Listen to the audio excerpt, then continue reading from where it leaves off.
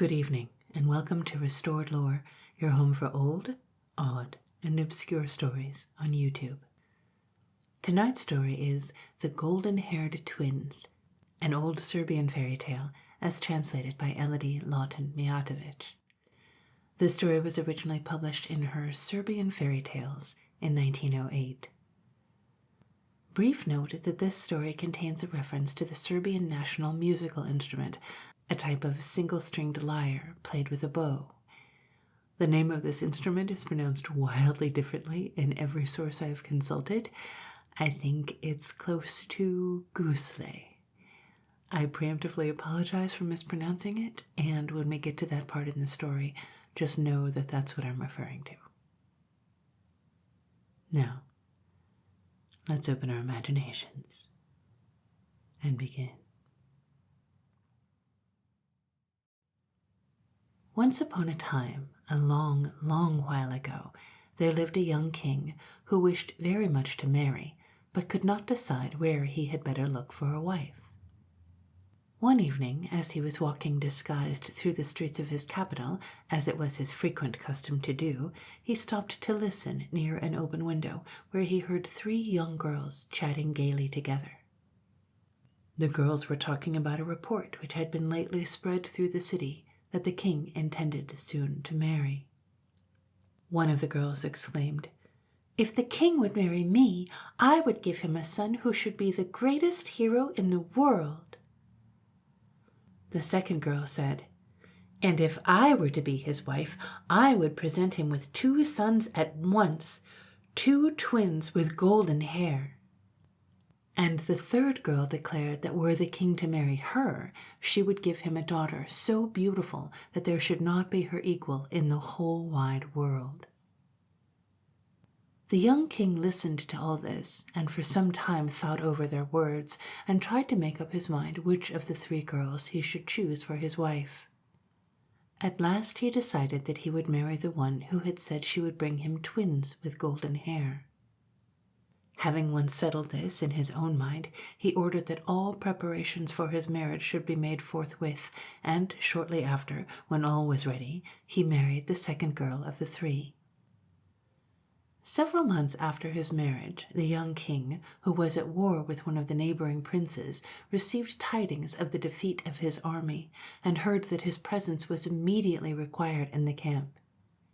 He accordingly left his capital and went to his army, leaving the young queen in the palace to the care of his stepmother.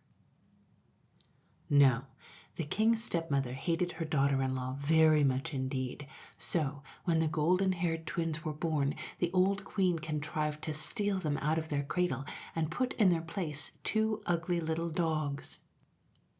She then caused the 2 beautiful golden-haired boys to be buried alive in an out-of-the-way spot in the palace gardens, and then sent word to the king that the young queen had given him 2 little dogs instead of the heirs he was hoping for. The wicked stepmother said in her letter to the king that she herself was not surprised at this, although she was very sorry for his disappointment. As to herself, she had a long time suspected the young queen of having too great a friendship for goblins and elves and all kinds of evil spirits. When the king received this letter, he fell into a frightful rage, because he had only married the young girl in order to have the golden-haired twins she had promised him as heirs to his throne. So he sent word back to the old queen that his wife should be put at once into the dampest dungeon in the castle, an order which the wicked woman took good care to see carried out without delay. Accordingly, the poor young queen was thrown into a miserably dark dungeon under the palace and kept on bread and water. Now, there was only a very small hole in this prison, hardly large enough to let in light and air, yet the old queen managed to cause a great many people to pass by this hole, and whoever passed was ordered to spit at and abuse the unhappy young queen, calling out to her, "Are you really the queen? Are you the girl who cheated the king in order to be a queen? Where are your golden-haired twins? You cheated the king and your friends, and now the witches have cheated you." But the young king, though terribly angry and mortified at his great disappointment, was, at the same time, too sad and troubled to be willing to return to his palace. So he remained away for fully 9 years. When he at last consented to return, the first thing he noticed in the palace gardens were 2 fine young trees, exactly the same size and the same shape. These trees had both golden leaves and golden blossoms, and had grown up of themselves from the very spot where the stepmother of the king had buried the 2 golden-haired boys she had stolen from their cradle. The king admired these 2 trees exceedingly, and was never weary of looking at them. This, however, did not at all please the old queen, for she knew that the 2 young princes were buried just where the trees grew, and she always feared that by some means what she had done would come to the king's ears. She therefore pretended that she was very sick, and declared that she was sure she should die unless her stepson, the king, ordered the 2 golden trees to be cut down and a bed made for her out of their wood. As the king was not willing to be the cause of her death, he ordered that her wishes should be attended to, although he was exceedingly sorry to lose his favorite trees. A bed was soon made from the 2 trees, and the seemingly sick old queen was laid on it as she desired. She was quite delighted that the golden-leaved trees had disappeared from the garden, but when midnight came she could not sleep a bit, for it seemed to her that she heard the boards of which her bed was made in conversation with each other. At last it seemed to her that one board said, quite plainly, "How are you, my brother?" And the other board answered, "Thank you, I am very well. How are you?" "Oh, I'm all right," returned the first board. "But I wonder how our poor mother is in her dark dungeon. Perhaps she is hungry and thirsty." The wicked old queen could not sleep a minute all night after hearing this conversation between the boards of her new bed. So next morning she got up very early and went to see the king. She thanked him for attending to her wish, and said she already was much better, but she felt quite sure she would never recover thoroughly unless the boards of her new bed were cut up and thrown into a fire. The king was sorry to lose entirely even the boards made out of his 2 favorite trees. Nevertheless, he could not refuse to use the means pointed out for his stepmother's perfect recovery. So the new bed was cut to pieces and thrown into the fire. But whilst the boards were blazing and crackling, 2 sparks from the fire flew into the courtyard, and in the next moment 2 beautiful lambs with golden fleeces and golden horns were seen gambolling about the yard. The king admired them greatly, and made many inquiries who had sent them there, and to whom they belonged. He even sent the public crier many times through the city, calling on the owners of the golden-fleeced lambs to appear and claim them, but no one came, so at length he thought he might fairly take them as his own property. The king took very great care of these 2 beautiful lambs, and every day directed they should be well fed and attended to. This, however, did not at all please his stepmother. She could not endure even to look on the lambs with their golden fleeces and golden horns, for they always reminded her of the golden-haired twins. So in a little while she pretended again to be dangerously sick, and declared she felt sure she should soon die unless the 2 lambs were killed and cooked for her. The king was even fonder of his golden-fleeced lambs than he had been of the golden-leaved trees, but he could not long resist the tears and prayers of the old queen, especially as she seemed to be very ill. Accordingly, the lambs were killed, and a servant was ordered to carry their golden fleeces down to the river and to wash them well. But whilst the servant held them under the water, they slipped in some way or another out of his fingers and floated down the stream, which just at that place flowed very rapidly. Now it happened that a hunter was passing near the river a little lower down, and as he chanced to look in the water, he saw something strange in it. So he stepped into the stream and soon fished out a small box, which he carried to his house and there opened it. To his unspeakably great surprise, he found in the box 2 golden-haired boys. Now, the hunter had no children of his own. He therefore adopted the twins he had fished out of the river and brought them up just as if they had been his own sons. When the twins were grown up into handsome young men, one of them said to his foster father, "Make us 2 suits of beggar's clothes, and let us go and wander a little about the world." The hunter, however, replied and said, "No, I will have a fine suit made for each of you, such as is fitting for 2 such noble-looking young men." But as the twins begged hard that he should not spend his money uselessly in buying fine clothes, telling him that they wished to travel about as beggars, the hunter, who always liked to do as his 2 handsome foster sons wished, did as they desired, and ordered 2 suits of clothes like those worn by beggars to be prepared for them.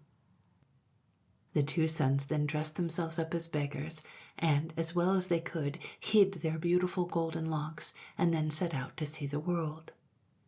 They took with them a gusle and a cymbal, and maintained themselves with their singing and playing. They had wandered about in this way some time when, one day, they came to the king's palace. As the afternoon was already pretty far advanced, the young musicians begged to be allowed to pass the night in one of the outbuildings belonging to the court, as they were poor men and quite strangers in the city. The old queen, however, who happened to be just then in the courtyard, saw them, and, hearing their request, said sharply that beggars could not be permitted to enter any part of the king's palace. The 2 travelers said they had hoped to pay for their night's lodging by their songs and music, as one of them played and sung to the gusle, and the other to the cymbal. The old queen, however, was not moved by this, but insisted on their going away at once. Happily for the 2 brothers, the king himself came out into the courtyard just as his stepmother angrily ordered them to go away, and at once directed his servants to find a place for the musicians to sleep in, and ordered them to provide the brothers with a good supper. After they had supped, the king commanded them to be brought before him, that he might judge of their skill as musicians, and that their singing might help him to pass the time more pleasantly. Accordingly, after the 2 young men had taken the refreshment provided for them, the servants took them into the king's presence, and they began to sing this ballad. The pretty bird, the swallow, built her nest with care in the palace of the king. In the nest she reared up happily 2 of her little ones. A black, ugly-looking bird, however, came to the swallow's nest to mar her happiness and to kill her 2 little ones. And the ugly black bird succeeded in destroying the happiness of the poor little swallow. The little ones, however, although yet weak and unfledged, were saved, and when they were grown up and able to fly, they came to look at the palace where their mother, the pretty swallow, had built her nest. This strange song the 2 minstrels sang so very sweetly that the king was quite charmed, and asked them the meaning of the words. Whereupon the 2 meanly dressed young men took off their hats, so that the rich tresses of their golden hair fell down over their shoulders, and the light glanced so brightly upon it that the whole hall was illuminated by the shining. They then stepped forward together and told the king all that had happened to them and to their mother, and convinced him that they were really his own sons. The king was exceedingly angry when he heard all the cruel things his stepmother had done, and he gave orders that she should be burnt to death. He then went with the 2 golden-haired princes to the miserable dungeon wherein his unfortunate wife had been confined so many years, and brought her once more into her beautiful palace. There, looking on her golden-haired sons, and seeing how much the king, their father, loved them, she soon forgot all her long years of misery. As to the king, he felt that he could never do enough to make amends for all the misfortunes his queen had lived through, and all the dangers to which his twin sons had been exposed. He felt that he had too easily believed the stories of the old queen, because he would not trouble himself to inquire more particularly into the truth or falsehood of the strange things she had told him. After all this mortification and trouble and misery, everything came right at last. So the king and his wife, with their golden-haired twins, lived together long and happily.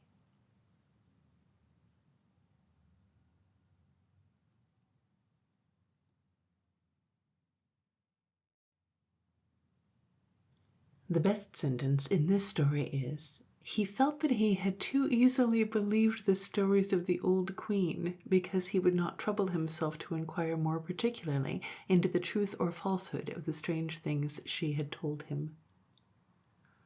By the time we get to this sentence, we're all pretty annoyed with this king. So this is one of those stories that's kind of frustrating because the same thing just keeps on happening over and over again. The magical twins somehow cheat death, but the queen finds out and she manipulates the king into killing them, and the scenarios just get wilder and more improbable every time. But I've read this story now many times, and there's actually quite a lot to unpack here. Firstly, I think there must be some missing element. The evil queen suggests that the wife was some kind of witch and tells other people to call her a witch. And for sure there's probably something uncanny about her ability to predict what kind of children she'll have. And of course the babies are magical. So I think there must be some variant of this tale where the wife does have some sort of charm or spell or magical aspect to her story, and it's just missing in this version. Secondly, the scene where the twins take off their hats and shake out their shining golden curls, goodness, is that not cinematic? And it's a scene we have seen over and over again. I think my favorite instance of this particular shot is in Spencer's Fairy Queen, where Britomart has been traveling around kicking everyone's ass as a knight, and then she takes off her helm and reveals her long golden hair. Finally, the story of the 3 golden children is one of the world's truly ancient stories. It's reportedly one of the top 10 plots in the whole world. It nearly always includes the bit where the king overhears 3 maidens talking about what kind of children they're going to have. Then there's evil or jealous people who are swapping out the wonderful children with some kind of animal and imprisoning the mother. And then the children are miraculously rescued, and then they grow up to go and redeem their mother and reunite the family. In fact, the images I've used in this video are the incredible Henry Justice Ford illustrations for the Lang's Violet Fairy book, where the Romanian version of this story is told as The Boys with the Golden Stars. But I think the big theme that's being elaborated in this particular version of the story is the idea that you can never escape your evil deeds. The stepmother does one evil thing and then she has to keep on doing more and more and more outrageous things in order to keep trying to hide or suppress her crimes. And they keep on coming back and back, and I think that's actually why the king is so stupid in this story. He has to keep on going along with her schemes in order to kind of prove that her coming to a bad end is inescapable and inevitable. If the king were smarter, this plot point just couldn't be made. But that's just my theory, and maybe I'm overthinking it. If you listen all the way to the end of the video, you get to hear me make a little confession. Tonight's confession is that I am way too invested in UK politics. Partly, of course, because there are times when US politics have been simply unbearable and I have to look away. And partly because I'm lazy and it's just easier to get news in English than it is to slowly follow along the news in Dutch. So, if I want news in the English language, but not necessarily from or focused on the US, I of course get it from the UK. And, like the US, it's just been a wild ride in recent years. So I kind of keep an eye on BBC News and I listen to LBC, and like I said, I get too invested. I follow UK politics more closely than anyone I know, even British people. I think the Tories currently have a talent vacuum and they don't have any great candidates, but I lean towards James Cleverly to be leader of the opposition. He's not as bonkers as some of them, and they need some stability in the party so they can kind of catch a breath and regroup. His ability to somehow weather so many administrations and reshuffles in recent years without making major missteps, I know he's made some missteps, indicates to me that he might be able to kind of hold the party together for a while. Of course, that is not necessarily the inspiring quality that wins elections, but they don't have a lot of great choices, so maybe he'll win. Meanwhile, even James O'Brien doesn't care who wins the Tory leadership election. I think because it's interesting, but I also don't have too much at stake in the outcomes, so I can just follow UK politics as a hobby, which is also another way of saying I have zero interest in actually arguing with anybody in the comments. Please don't come for me. If you like intellectual exercises that don't result in conflict and arguments, subscribe to this channel. Twice a week I bring you new, weird, and interesting stories from all over the world, and you wouldn't want to miss anything. Please also help other people find the channel by liking this video, maybe dropping me a comment below, maybe even sharing it with a friend. Thank you so, so much for your support. I will see you in a few days.